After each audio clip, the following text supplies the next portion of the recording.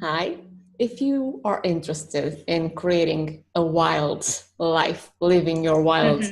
wildest dreams, and doing it from a place of knowing yourself and using your emotions to actually fuel all of your life, then you're going to love this interview. You're going to love our guest today. Meet Sidney Lander. She's a Hi. visionary life designer, and she's going to be our guide today toward this beautiful combination of using our emotions to create just the most amazing things that you can dream up in your life. This is an interview for the Empower You Energy Healing and Manifesting series. And we'll just get started. By the way, I'm Isabel Martins from healthandnaturallife.com. And I'm just going to hand it over to Sydney. Sydney, I'm just going to ask you, how did you come to be at such a young age, because I have to mention it, a visionary life Yeah. designer? What is it that you do and how did you come about to it? Right. So to explain what that is, I should probably talk a little bit about what that means for me. And for me, it started out when I was pretty young. I was in my teens and I was in school, like we all are in our teens. And I was getting really stressed out and really burnt out in just doing my schoolwork. And it was completely frustrating because I was like, everyone goes through school. Like everyone who is sort of in the modern world has to go through school and everyone does it. It's not this big deal, yet it feels like it is. And I wasn't going to just any school. It was like a fancy, good school. And I had to take an interview to get in and do a bunch of tests, and not everyone gets in. So it was a privilege. And I had this privileged life of the school. I had good parents. We didn't have money problems or anything like that. On the outside, everything looked like it should be working, and I should be just turbocharging to whatever it is I wanted to do. Except I wasn't, and I felt like everything was so awful. And there were so many things about my life that I just hated. I didn't like going to school. I didn't like coming home. The whole thing felt like a drag from start to finish. And I remember I used to take naps, just nap randomly, because when I'm unconscious, I didn't need to face my life. And so it got to the point where I would be just so angry at myself for feeling this way. And I didn't understand why, because I could see that my life was something other people could possibly want, but I didn't want it. And so in my head, I just kept telling myself, like, what is this? What is wrong with you? Like, why are you feeling this way? And it never occurred to me that the things I was feeling weren't me. I just assumed it was how I was. I didn't think there was a problem. I just thought I probably just have like a really messed up personality or something. And so with that premise, with that understanding of myself, I would be just thinking about this every day, like, what is this problem? What is going on? And just going over and over this cycle of thinking like, you're so useless. Why can't you handle this? Why can't you just do anything right? And it would get to points where I'd be in my room because I couldn't, and I wouldn't allow myself to sleep on my bed because I hadn't got my work done. And so it was like, you don't deserve a bed. You can't handle your stuff. You don't get to sleep on your bed. You don't deserve it. You don't deserve to go to the school that you go to because you go and you dislike it. What's wrong with you? And it was just things like that over and over again. And I wanted out somehow. So I thought to myself, what do I do? I'm in this situation I don't like. Should I just leave my school, my environment, or something? So thinking that I had to escape where I was, I started to think about changing schools and doing something I preferred, and asked for advice. I asked my teachers and my mentors and my friends and all these different people who I figured were more qualified than I was.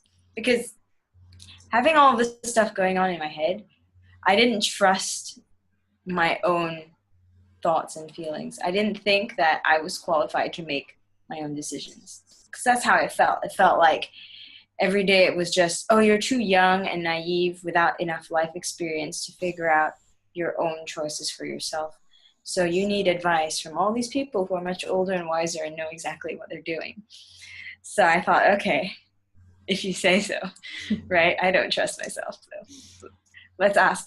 And the basic gist of what I got from that was, Sydney, if you change schools, if you go somewhere else, then you may be doing something that you really enjoy, but it's not a good idea. You'll still probably be really unhappy because you're not going to be able to make money, or the way in which you do the thing that you love will end up being against your values or not give you the lifestyle that you want. So you should stay here, because here your options are open. You could be a banker. And it's like, banker? Really? Me? So I'm like, okay, I go do what I like, miserable. I stay here, keep my options open, get a job that pays me well, and I'm still miserable because I'm not doing things I enjoy. And on top of that, I feel miserable right now. What is the point of this? And the thing that hurt the most was I felt so disillusioned. I didn't trust my own thinking, and I'd always naturally wanted to do amazing things. And not being able to handle just school, to me, felt like a sign that you can't even handle this much in life. How are you going to create all of this that you want to create? That seemed to be the question that was being asked of me. How are you going to do it? You can't even do this. And I thought, you're right, I can't even do this. I'm miserable. And according to everyone else, the future has no hope either. So what is the point of all of this? And I've been thinking about that, like, what is the point of all this? What is the point of feeling this way? And I'm lying on my bed and thinking about it for a while. And I finally decided, yeah, there is no point. And that's why I decided that I was going to kill myself. And then everything shut up. Everything went quiet. And all the thoughts that had been running through my head, all the thoughts of how useless everything was, and these thoughts that would keep swirling around in this confusion and sadness, kind of stopped. And it was just like static, white noise. And I heard a voice. It didn't come from my head, it came from here. And it just said, "You're not done yet." Very quietly, "You're not done yet." And I just thought, okay. Because it just felt like the truth. It wasn't a plea. It wasn't like, "No, you're not done yet, don't." It wasn't angry. It was just completely neutral. And so I was like, okay, I need my space. I need to figure out what this is, because now I know I'm not done yet. So then now what do I do? Because I can't continue the way I've been going. So I did choose to change the school I was in and go for something that in that moment felt like it would give me more energy and more joy and more life, basically. And I did that. And for the next few years, even now, I focused, especially the first year, focused heavily on working on myself, on working on all these different aspects that had just kind of fallen apart as this was happening. And the thing that I focused on the most was my emotions, because that was what had been the most chaotic throughout this experience. And so as I worked on my emotions for the first year, it was just wanting to be happy. I thought to myself, you know what? Forget all of those crazy big dreams that stressed me out and made me feel all burnt out. I just want to be happy. I want to figure this thing out. And as I started figuring that thing out, I realized that as much as I could be happy and as much as I was really loving my life, I still wanted to do stuff. I still wanted to create things, really amazing things, things that scared me and things that were really exciting and fun and made other people go, what? Like, that's crazy. So that meant that I had to get even better with myself and my own emotions. And that's pretty much what I'm doing right now, and why I have that title. I use that title of like visionary life designer, because that's something I want to do for myself. Figure out, how do I design my life in this crazy, big, exciting, fun, satisfying, joyful way? And that's pretty much where I'm at right now. And that's quite a path, quite a story from where you were. And that's something that people sometimes don't realize, that on the outside you can have perfect picture all and just be miserable, and that's sometimes, or maybe a lot of times, even worse, because you feel there's no justification for the way that you feel. So right now you picked yourself up, dusted yourself off. How is it that you're creating your dreams, serving? I know it comes through serving for you. How is it that you're doing that now? How am I doing that right now? Well, I just recently made a course on Udemy. It's called The Nature of Purpose. And I don't know if you've seen it, but it's basically how I talk about thinking about your purpose and thinking about the way you're living your life. And a lot of it has to do with, there is nothing that you have to do, and there is no thing that you have to create. There's nothing to do and create. It's your purpose is something that is always occurring all of the time, whether or not you feel like it is or you feel like it isn't. And so that's what I've been doing recently. That's been really fun. And I've also been preparing for another one around emotions, another course around just the whole thing about emotions, because that's my favorite topic. I can talk endlessly about emotions, given like questions. If someone starts asking me questions about it, I'm just like, oh wow, let me go. We could be talking here for hours. Yeah, I know.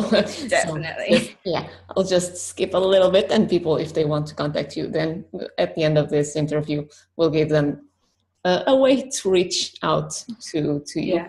So right now, I'm just going to ask you then, what did you do that can be of a practical nature for people that are in the same situation that you were before?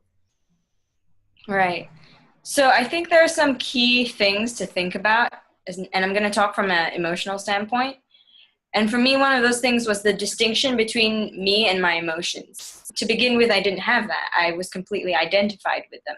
So if I was angry and I felt like I was useless, that meant I'm an angry person who is useless. And that isn't the case. It's simply these things coming up.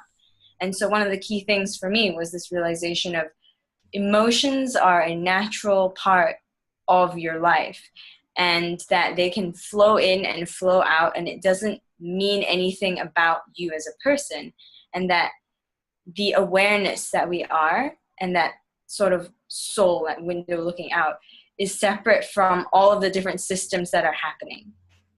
And all of the different systems that are happening are the things like your thoughts, the emotions, and the physical body. And all of those things tie into each other. So, for example, one thing that sometimes I notice is, let's say I haven't been eating very healthily for a while.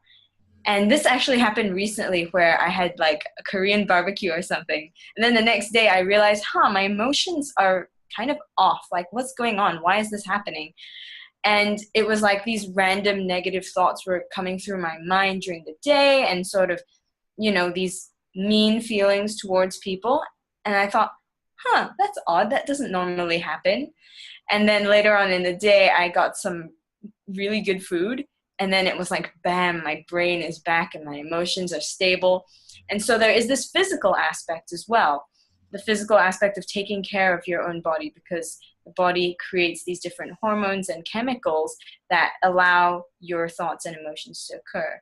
And the thoughts and emotions you have affect your body, and the thoughts you have are sort of linked to your emotions. It's kind of like when you go to watch a movie and it's a sad movie. And then after that, after the movie, you're not just thinking about what was so sad about the movie, you start to have like stuff that you find sad in your own life start coming to mind, right? It's like, oh, I just watched this movie about this dog dying, and now I'm thinking about my grandma who passed away last year. And you're not normally thinking about those things, but it's because the thought is tied to that emotional state.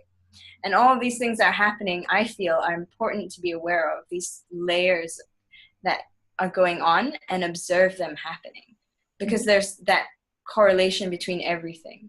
So when it comes to working on your emotions, it's not just a matter of thinking about observing your thoughts, observing your emotions, but it's also observing the physical habits. And if you can do all three of those things, then you can see the correlation between the two.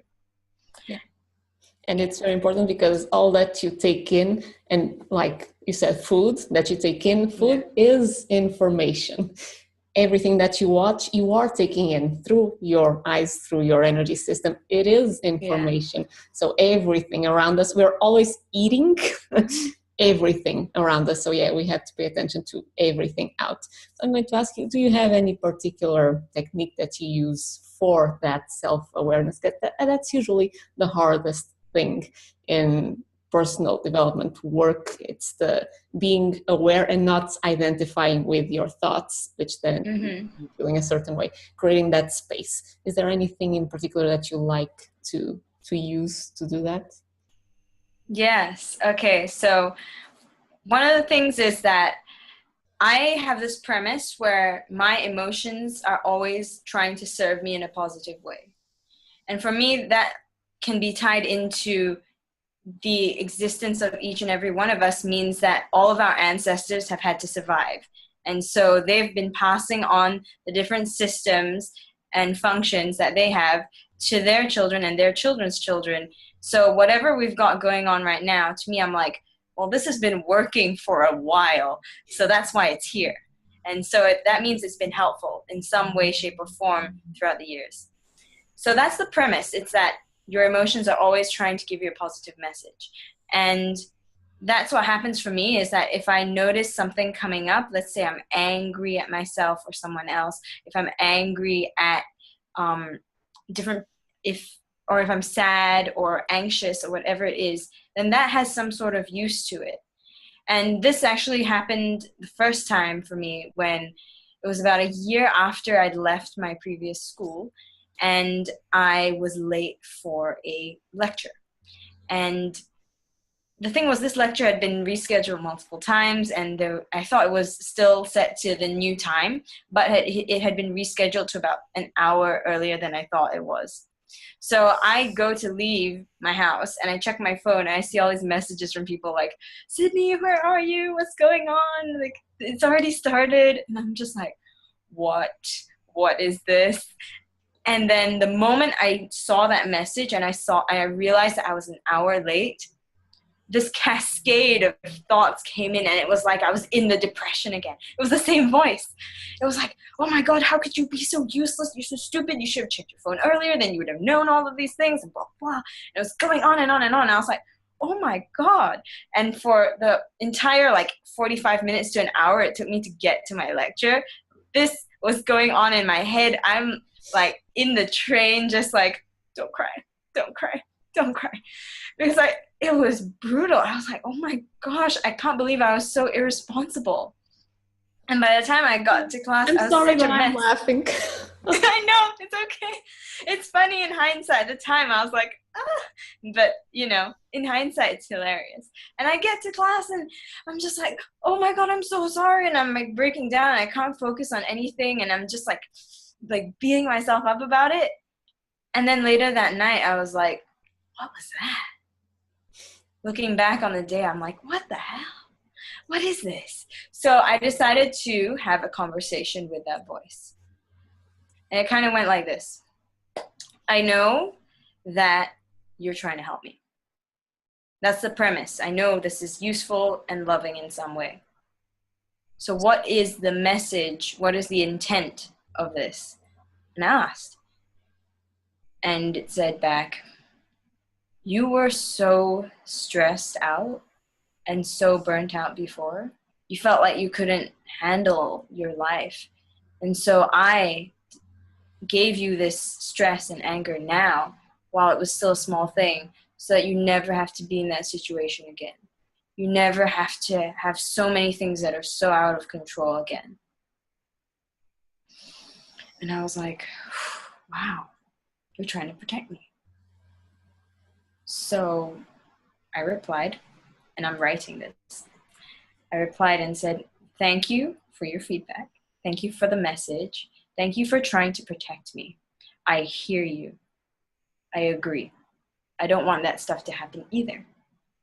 But you don't need to deliver the message this way. It doesn't have to be anger.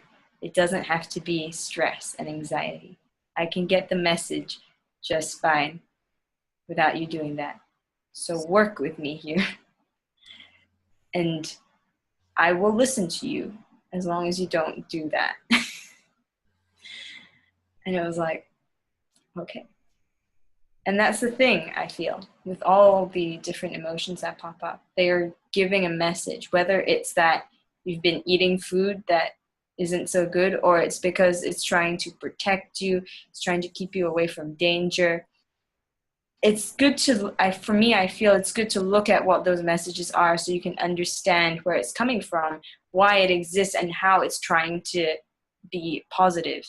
It's like if you fear public speaking, if I was to be afraid to get up on stage and speak, or afraid to do this interview, then I'd ask that fear, what is going on? And it's like, I don't want you to die. And I'm like, it's okay, I'm not gonna die. And then that energy can be redirected because now it's not locked into that emotion, and then I can use it to actually have an awesome conversation with you right now, or whatever it is I want to do. And it's not locked there, and you're not resisting it either. You're sending it a loving message so it can give its message, and then move out. That's just beautiful, and it just makes my energy expand to just hearing you, that you came to that conclusion yourself. So that's just awesome. Beautiful. I love that. Okay, so from your part, Empower You Tribe, is there anything else that you want to share from your point of view, techniques, any tips, anything that you feel that you want to share more on top of everything that you've shared already? Right, yeah. Oh, wow. I mean, there's so many things that just came to mind as I was speaking. And as an extension of what I was talking about, it's like when I was talking about understanding the message of the emotion, there's also the understanding of like how those systems work in the body, like the biology of everything, why it shows up, because it's like trying to protect you from an environment that is no longer real. It's like we don't live in the wild. There is, when I was talking about the energy of it being released from that one emotion, one of the things that I really like to do is I will actually not identify an emotion first. If I feel something coming up, I kind of stop myself before I start labeling it as anger or sadness or any of these things, and focus on what the feeling is physically. Because what I find is when you start to go into labeling what an emotion is, like if I do that and I say to myself, I'm feeling angry right now, my brain is going to go in and start to generate all the reasons why I'm angry. So it'll be like, I'm angry because that person is being a jerk, or I'm angry because this isn't going the way it should be, like it was all scheduled this way and now it's not happening and that's wrong. Or I'm sad because this person was hurtful and manipulative, and whatever it is. And once I get into the story, it becomes hard to get out. And so the best thing I find is to look at what is going on physically, first of all, and see, okay, instead of I'm angry, I have a tightness in my jaw, so my teeth are clenching. I feel this like knot in my belly and my shoulders are all tensed up and my fists are clenched, or whatever it is. And then I kind of go, okay, these things are occurring right now. Can I release them? Can I like move out of them right now? And that's really helpful for getting from like a 10 to a 7. And from a 7, it becomes much easier to actually work with the emotion. Whereas if you're at a 10 and it's going crazy and it's like, you get out of it like the Hulk, just what happened? I went on a rampage. I'm blacked out there for a minute. So I'd like to focus on the physical sensations first, because the physical sensations are much more tangible than thoughts that can just cycle over and over and become bigger and bigger. So that's why I think focusing on the physical and doing things like journaling, when I described having that conversation with the voice in my head earlier, I talked about writing stuff down, because when I had that conversation, not only was it happening in my head, but I was also journaling as I was doing it, because with writing it down, it becomes more tangible. I can actually see what thoughts were flowing through instead of them sort of getting lost up in the cloud. So that's a few things. And yeah, is there anything else?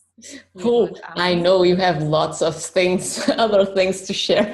So I'll just let you tell how people can actually contact you if they want to learn more from you, want to reach out to you to actually, I don't know, anything, communicate, ask questions, ask about your courses. By the way, Sidney is also an amazing artist. It didn't get mentioned during this interview, but yes. Check out her links probably in the EmPowerU group. Yeah, I'll give you guys the links. Yeah. How can people best contact you? What's the best way for them to reach you? Well, actually the easiest way is just through Facebook to message me directly. There's also my email, which I can leave with you guys, which I check pretty much every day or every other day, at least like once a day. And so that's my email. I'll leave with you guys, and the Facebook page, and then I can also leave the link to the Udemy course with you guys, because right now that one is free. It's gonna be paid, and if it goes paid, I'll send you guys a link to a discount or something, since we're doing this thing together and I love you. So yeah. I think that should be how people can contact me. That should be everything. Okay, so through Facebook, people, you'll have her links in the EmPowerU Facebook group. Yeah, I will give you the links. Yeah, so if you have, for now, any questions, comments, just put them in the post, or if you're watching this on YouTube, just put it in the comments too, and Absolutely. Or myself will answer you. And if you like this interview, just hit that like button again, comment anything that you want. Yeah, the love heart the too, love. because you can do that on both Facebook and YouTube now, so we love that. Yeah, beautiful. And if you want to know more from Sidney, you'll see how to contact her in YouTube. We'll put the links down below in the comments, not the comments, the description box too. Yeah. So thank you again, Sidney, very much for sharing. It was awesome talking for sharing your entire story, and really such good tips for people to sink their teeth into and start using that also in their lives. So really appreciate that. So thank you. And thank you very much. Thank you also, everyone, for watching this, and we'll see you on the next video. Bye. Bye.